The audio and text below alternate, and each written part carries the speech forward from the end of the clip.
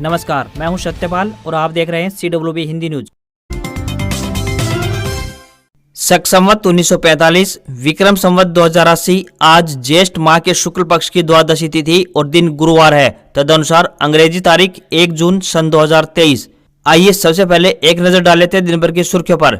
हरियाणा में CM flying व CID के रेड, पटवारियों में हड़कंप, आनन फानन में पहुंचे कार्यालय, देरी से हो रहे थे काम, सख्त हिदायत मिली। राजस्थान में अब 100 यूनिट फ्री, सबको बिजली मिलेगी। 200 यूनिट तक सरचार्ज शुल्क भी माफ किया, हर कैटेगरी के कंज्यूमर्स को मिलेगा फायदा। पंजाब नेशनल बैंक में निकली वैकेंसी, 11 जून तक करें अप्लाई, 2 जुलाई को होगा एग्जाम, 78,230 रुपए तक मिलेगी सैलरी। महाराष्ट्र का अहमदनगर जिला देवी अहिल्याबाई होलकर के नाम पर होगा, सीएम शिंदे का बड़ा ऐलान। जिला न्यायालय पलवल में ड्राइवर के पदों पर भर्ती, 8वीं पास भेजे आवेदन, बताएंगे पूरी अपडेट। अमेरिका में राहुल गांधी के सामने खालिस्तानी नारे लगे, भारत कांग्रेस और इंदिरा गांधी विरोधी नारेबाजी, राहुल ने बंद किया भाषण। और अब खबरें विस्तार से। पश्चिमी विक्षोभ के प्रभाव से मंगलवार को हरियाणा के पश्चिमी जिलों में तेज हवाओं के साथ हल्की से मध्यम बारिश हुई। राज्य में पिछले 8 दिनों से लगातार बारिश हो रही है। मौसम विशेषज्ञों के मुताबिक प्रदेश में गुरुवार को भी बारिश की संभावना जताई गई है। भारतीय मौसम विभाग ने इसे लेकर येलो अलर्ट जारी किया है। इस बार पूरा नौतपाक गर्म नहीं होगा, क्योंकि 1 जून को उत्तरी पर्वतीय क्षेत्रों में सक्रिय होने के बाद एक नया पश्चिमी विक्षोभ 4 जून तक सक्रिय रहने की संभावना है। इस महीने में 5 पश्चिमी विक्षोभ सक्रिय हो गए हैं, जिससे राज्य में बारिश की गतिविधियां जारी रही। ये पश्चिमी विक्षोभ 12, 16, 22, 26 और 29 मई को सक्रिय हुए। हरियाणा के नारनौल में बुधवार को बिजली मंत्री रणजीत चौटाला को शर्मिंदगी का शिकार होना पड़ा। ये वहां ग्रीवेंस कमेटी की मीटिंग में आए थे, जहां अचानक बिजली गुल हो गई। करीब 15 मिनट तक हॉल में अंधेरा छाया रहा। हालात यह तक हो गए कि अफसर मोबाइल की लाइट में समस्याएं पड़ने लगे। उन्होंने अधिकारियों से बिजली गुल होने की जानकारी मांगी तो वे कहने लगे कि एसी और माइक चल रहे हैं, शायद एलईडी में खराबी आ गई है, जिसे ठीक कर देंगे। बिजली गुल होने से मंत्री इस कदर नाराज हुए कि उन्होंने 2 टूक कह दिया कि पहले अधिकारियों की क्लास लूंगा, उसके बाद समस्या सुनेंगे। उन्होंने इसकी जांच कर रिपोर्ट देने को कहा। मीटिंग खत्म हुई तो सबकी जुबान पर यही बात थी कि बिजली मंत्री की मीटिंग में ही बिजली गुल हो गई। मीटिंग खत्म होने के बाद बिजली मंत्री रणजीत चौटाला ने बिजली निगम के एक्शन को बुलाया। चौटाला ने उन्हें फटकारा कि वे लोगों की बातें नहीं सुनते हैं, लोगों की समस्याओं का समाधान भी नहीं कर रहे हैं। मंत्री ने अधिकारी से कहा कि उन्हें 10 दिन का समय दिया जाता है, वे अपने आप में सुधार नहीं करेंगे तो उनका तबादला कर दिया जाएगा। हरियाणा में पानी की कमी को लेकर अब सतलुज यमुना लिंक यानी SYL नहर को लेकर मुख्यमंत्री मनोहर लाल खट्टर हिमाचल प्रदेश के सीएम सुखविंदर सिंह सुक्खू के साथ मीटिंग करने जा रहे हैं। दोनों राज्यों के सीएम की यह मीटिंग में 5 जून को चंडीगढ़ में होगी। इस मीटिंग में केसाऊ बांध का निर्माण करना, दादुपुर से Hamida hand new link channel का निर्माण करना, सरस्वती नदी का कायाकल्प और हेरिटेज विकास परियोजना को लेकर, साथ ही बिजली पर सेस लगाने जैसे अहम मुद्दों पर भी विस्तार से चर्चा की जाएगी।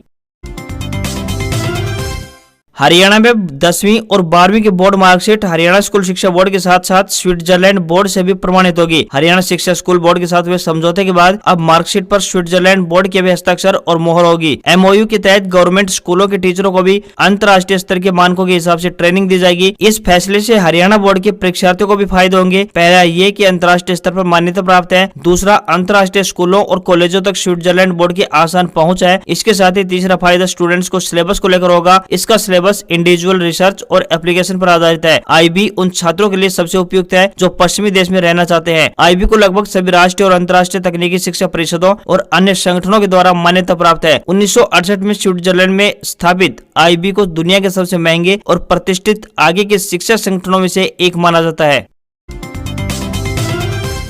हरियाणा के रोहतक जिले की महम सीट से निर्दलीय विधायक बलराज कुंडू ने भाजपा जसपा गठबंधन सरकार पर जमकर हमला बोला। उन्होंने कहा कि प्रदेश की जनता मौजूदा सरकार से दुखी और हताश है, इसलिए प्रदेश में नया विकल्प देने के लिए लोगों को जागरूक कर रहा हूं। वे बुधवार को रेवाड़ी शहर के PWD रेस्ट हाउस में रेवाड़ी के पूर्व विधायक रघु यादव के बुलावे पर प्रेस वार्ता को संबोधित कर रहे थे। मीडिया से बातचीत करते हुए बलराज कुंडू ने कहा कि इस बार राजघरानों और मठाधीशों को हरियाणा की जनता सबक सिखाने का मन बना चुकी है। उनका सीधा इशारा स्थानीय सांसद एवं केंद्रीय मंत्री राव इंद्रजीत सिंह की तरफ था। उन्होंने कहा कि प्रदेश की जनता ने तो 2019 में ही बीजेपी के 75 पार के नारे की हवा निकाल दी थी, लेकिन जसपा ने इनकी फिर से सरकार बनवा दी। साथ ही आपको बताते चले कि रघु यादव दक्षिण हरियाणा में जल युद्ध के नायक के नाम से भी जाने जाते हैं। वे रेवाड़ी सीट से एक बार विधायक रह चुके हैं। फिलहाल रिश्ते में भाई लगने वाले भूपेंद्र यादव प्रधानमंत्री श्री नरेंद्र मोदी और गृह मंत्री अमित शाह के करीबी हैं।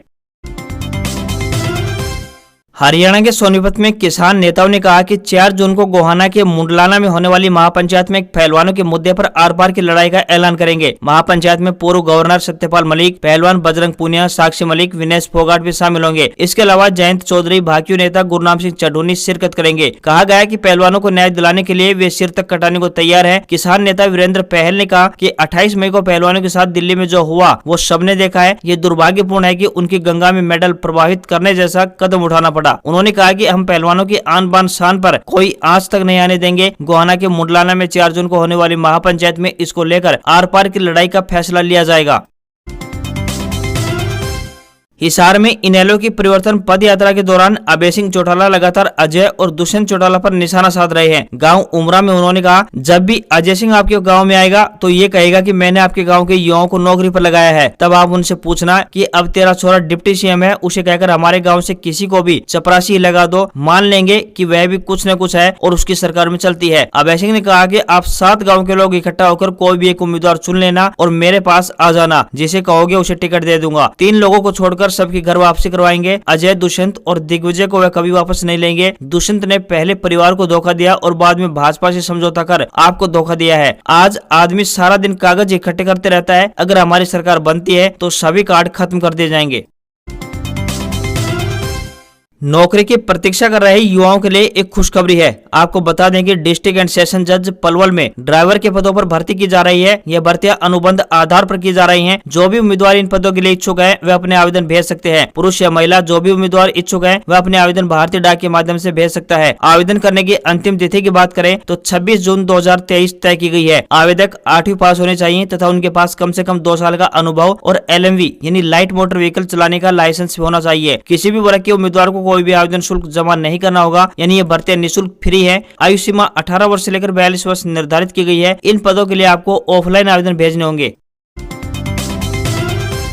कृषि एवं किसान कल्याण विभाग की जल संरक्षण के लिए चलाई जा रही महत्वाकांक्षी योजना मेरा पानी मेरी विरासत के अंतर्गत किसान जल का बचाव करते हुए मोटे अनाज व दलहन तिलहन के साथ साथ खेत खाली छोड़ने पर भी हरियाणा सरकार की ओर से 7,000 रुपए अनुदान राशि किसानों को देने का प्रावधान किया गया है। इस योजना से जुड़ने के लिए किसानों को जागरूक होने की आवश्यकता है। वे मेरी फसल मेरा ब्यौरा पोर्टल पर अपना पंजीकरण अवश्य करवाएं। इसलिए किसान धान जैसी अधिक पानी वाली फसलों के स्थान पर ज्वार, बाजरा, कपास जैसी फसलों का उत्पादन करें, क्योंकि इन फसलों में पानी की बहुत कम आवश्यकता होती है और ऐसे किसानों को सरकार अनुदान के रूप में 7,000 रुपए का भुगतान फसल के सत्यापन के उपरांत कृषि विभाग के माध्यम से करवाएगी। मेरा पानी मेरी विरासत योजना में पंजीकरण कराने के लिए अंतिम तिथि की बात करें तो 31 जुलाई 2023 निर्धारित की गई है। इसलिए किसान जल्द से जल्द अपनी फसल को बदलते हुए कृषि विभाग के पोर्टल पर अपना पंजीकरण अवश्य करवा लें।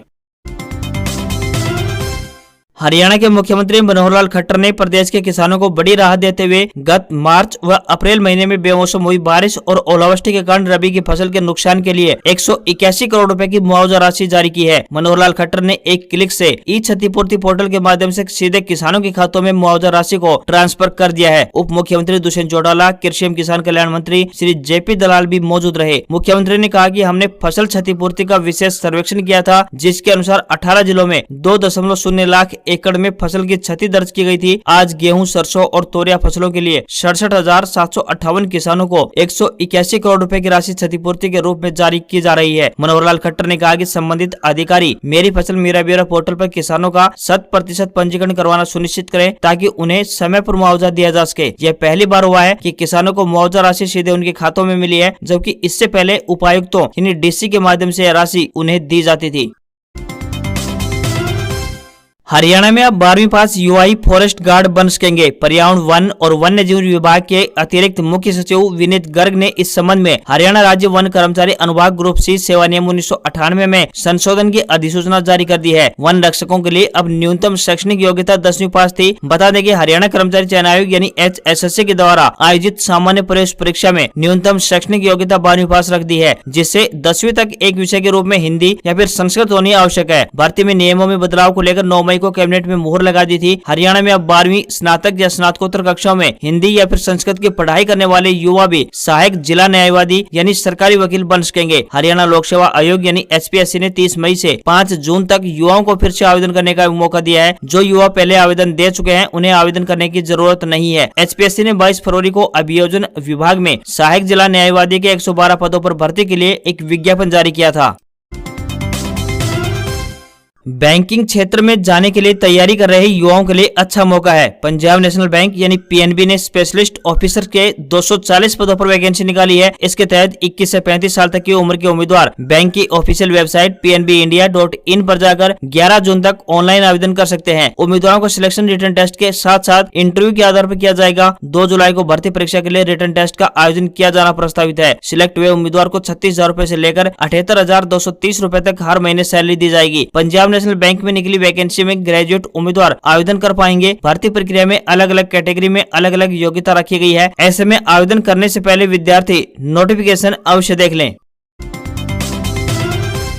सीबीएसई ने नोटिफिकेशन जारी कर बताया कि 10वीं और 12वीं की सप्लीमेंट्री यानी कंपार्टमेंट परीक्षा 17 जुलाई 2023 को आयोजित होगी। सीबीएसई ने इस संबंध में एक गाइडलाइन जारी कर दी है। केंद्रीय माध्यमिक शिक्षा बोर्ड यानी सीबीएसई 1 जून को सप्लीमेंट्री परीक्षा के लिए आवेदन प्रक्रिया शुरू करेगा। वे उम्मीदवार जो सीबीएसई कक्षा 10वीं और 12वीं की बोर्ड परीक्षा में शामिल हुए हैं और स्कोर से संतुष्ट नहीं है या 1 या 2 विषयों में विफल रहे हैं, आवेदन कर सकते हैं। आवेदन पत्र भरने की आखिरी तारीख 15 जून 2023 तय की गई है। 16 से 17 जून के बीच फीस देने वाले उम्मीदवारों को 2,000 रूपए लेट फीस लगेगी। वहीं 12वीं क्लास के नियमित छात्र सिर्फ एक विषय के लिए आवेदन कर सकते हैं, जबकि 10वीं क्लास के लिए कंपार्टमेंटल घोषित छात्र 1 या फिर 2 विषयों के लिए आवेदन कर पाएंगे।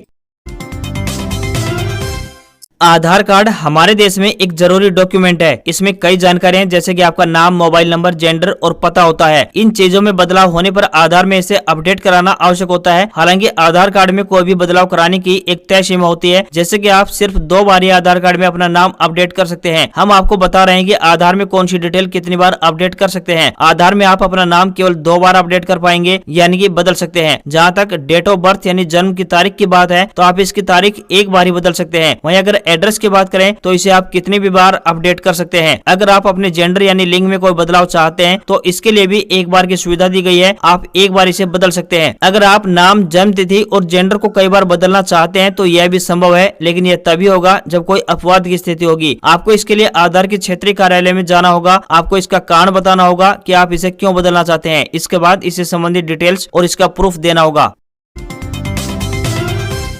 शेयर बाजार में गिरावट देखने को मिल रही है। सेंसेक्स 346 अंकों की गिरावट के साथ 62,622 के स्तर पर बंद हुआ। वहीं निफ्टी में 99 अंकों की गिरावट देखने को मिली। ये 18,534 के स्तर पर बंद हुआ। सेंसेक्स के 30 शेयरों में से 19 में गिरावट तो वहीं 11 में तेजी देखने को मिली है। रुपया अमेरिकी डॉलर के मुकाबले 6 पैसा गिरकर 82 रुपए 73 पैसे प्रति डॉलर के स्तर पर बंद हुआ। आज खबरों में इतना ही। देखते रहिए आपका अपना हरियाणा का सबसे बेहतरीन news channel CWB Hindi news. नमस्कार।